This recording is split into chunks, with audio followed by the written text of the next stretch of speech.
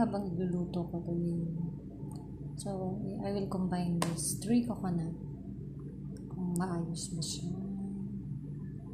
Ayan. Tcharam! Nilaga ko na yung tapioca leaves. Luto tayo ng ginataang laing hipon. May fish cake pa sana, pero wag na lang siguro. Okay. Medyo kulang sa lasa.